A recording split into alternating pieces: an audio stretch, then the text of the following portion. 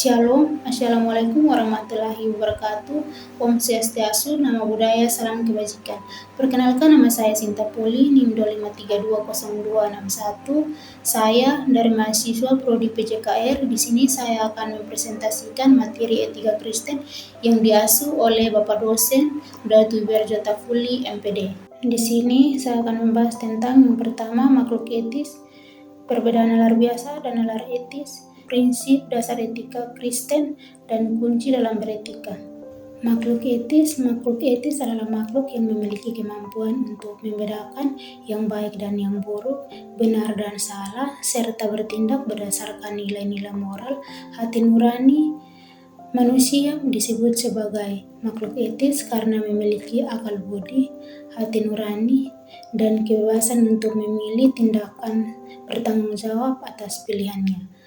Dan keputusan etis adalah proses atau berproses, berarti membiarkan Tuhan membentuk karakter dan kehidupan sehingga semakin serupa dengan Kristus melalui ketaatan kepada firman-Nya, doa, dan perbuatan yang mencerminkan kasih. Dan proses adalah membangun fondasi sebagai bentuk pola berpikir dan belajar dari kesalahan dan tidak mengulanginya. Perbedaan nalar biasa dan nalar etis. Nalar biasa yang pertama berpikir berdasarkan logika dan akal sehat, sedangkan nalar etis berpikir berdasarkan moral, etis, dan hati nurani.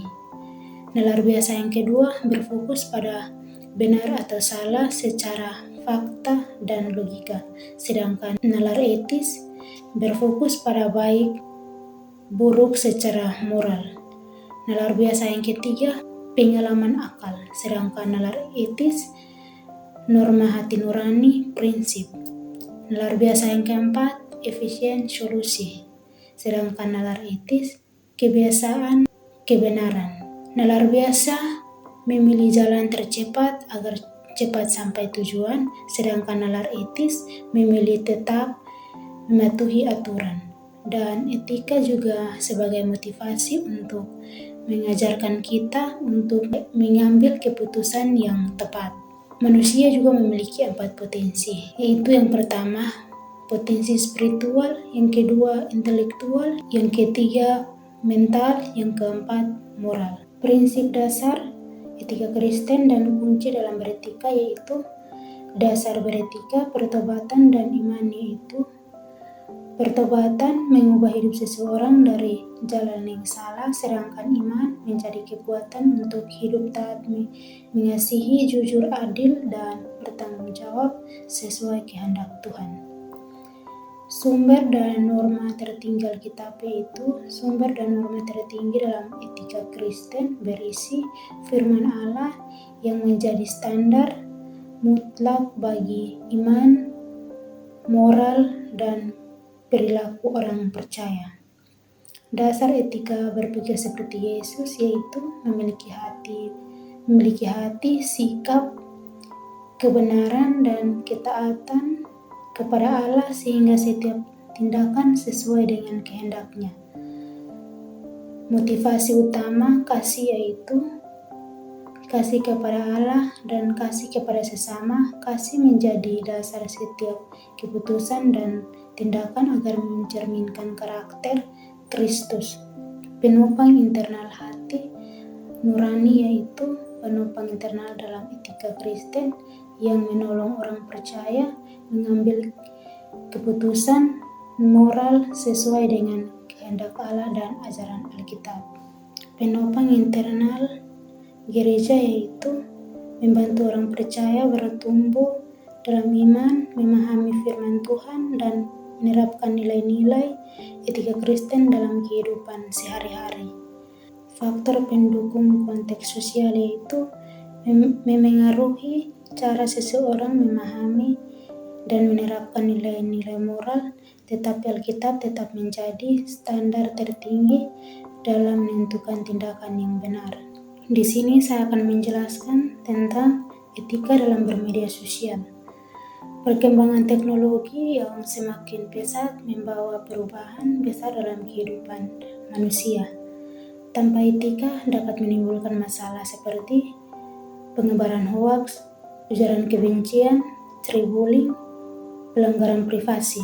Data digital tahun 2026, intensitas tinggi penggunaan media sosial rata-rata 3 jam per hari, dengan akun aktif 180 juta setara dengan 62,9% dari total populasi. Pengertian etika dan bermedia sosial.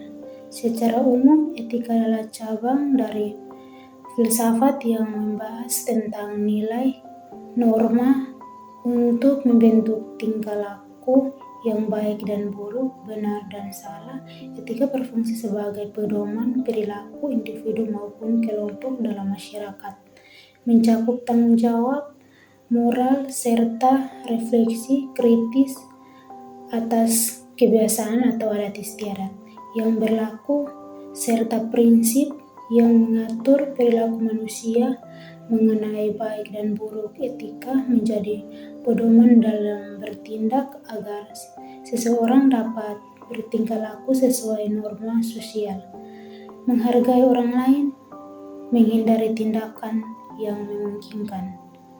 Dengan kata lain, etika adalah standar moral yang digunakan untuk menilai apakah suatu tindakan itu pantas atau tidak. Bermedia sosial adalah aktivitas menggunakan platform digital berbasis internet untuk berkomunikasi, berbagi informasi, serta berinteraksi dengan orang lain, seperti Instagram, Facebook, TikTok, WhatsApp. Media sosial memungkinkan hubungan dua arah berkomunikasi, berlangsung cepat, luas, dan tanpa batas geografis. Etika bermedia sosial adalah norma atau aturan yang mengatur bagaimana seseorang berperilaku secara bijak, sopan, dan bertanggung jawab saat menggunakan media sosial, bertujuan menciptakan lingkungan online yang aman, positif, dan menghormati privasi orang lain. Ini mencakup penggunaan bahasa yang santun, anti-hoaks, serta perlindungan data pribadi. Contoh penerapan etika bermedia sosial: yang pertama, menggunakan bahasa yang sopan dan tidak menyinggung. Yang kedua, tidak menyebarkan hoaks atau informasi palsu. Yang ketiga, menghargai privasi orang lain. Yang keempat, tidak melakukan ujaran kebencian atau cyberbullying.